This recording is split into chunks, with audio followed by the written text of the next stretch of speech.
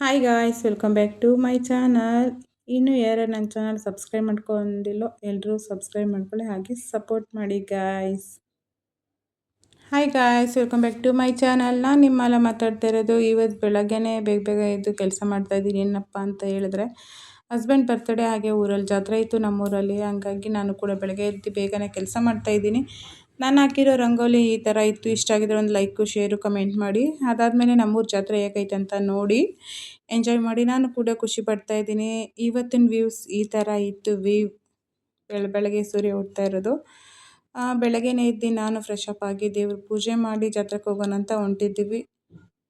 ತುಂಬ ಖುಷಿ ಆಯಿತು. ಇವತ್ತು ನಮ್ಮೂರು ಶ್ರೀ ತಿಮ್ಮರಾಯ ಸ್ವಾಮಿ ಬ್ರಹ್ಮ ರಥೋತ್ಸವ ಅಂತ ಹೇಳಿ ನಮ್ಮೂರ ಜಾತ್ರೆ ಹಸ್ಬೆಂಡ್ದು. ಹಾಗೆ ಬೆಳಗ್ಗೆ ಟಿಫನ್ ಮಾಡಿದ್ದೀನಿ, ಪುಳಿಯೋಗರೆ ಮಾಡಿದ್ದೀನಿ. ಮಧ್ಯಾಹ್ನ ಏನಾದರೂ ಸ್ಪೆಷಲ್ ಮಾಡ್ಕೊಳೋಣ ಸಂಜೆ ಅಂತ ಹೇಳಿ.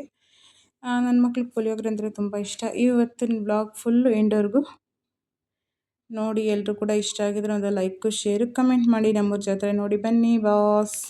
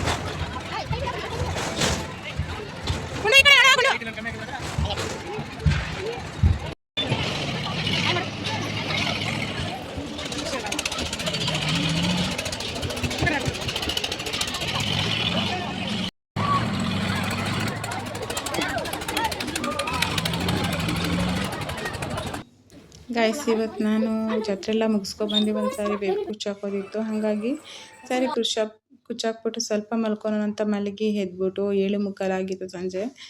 ನಾನು ಒಂದು ಸ್ವಲ್ಪ ಟೀ ಕುಡಿಯೋಣ ಅಂತ ಟೀ ಕುಡಿದ್ಬಿಟ್ಟು ಅಡುಗೆ ಮಾಡಿ ತಿಂತಾ ಇದ್ವಿ. ಅಷ್ಟರೊಳಗೆ ಹಸ್ಬೆಂಡ್ ಫ್ರೆಂಡ್ಸ್ ಬಂತು. ಬರ್ತಡೇ ಸೆಲೆಬ್ರೇಷನ್ ಮಾಡೋಣ ಅಂತ ಸಿಂಪಲ್ಲಾಗಿ ಬರ್ತಡೇ ಸೆಲೆಬ್ರೇಷನ್ ಮಾಡಿದ್ರು. Once again wish you happy birthday my dear husband ಅಂತ ಹೇಳ್ತಾ ನಾವು ಕೂಡ ಬರ್ತಡೇ ಎಲ್ಲ ಕೇಕ್ ಕಟಿಂಗ್ ಮಾಡಿ. ಇವತ್ತಿನ ಬ್ಲಾಗ್ ಇಷ್ಟ ಆಗಿತ್ತು.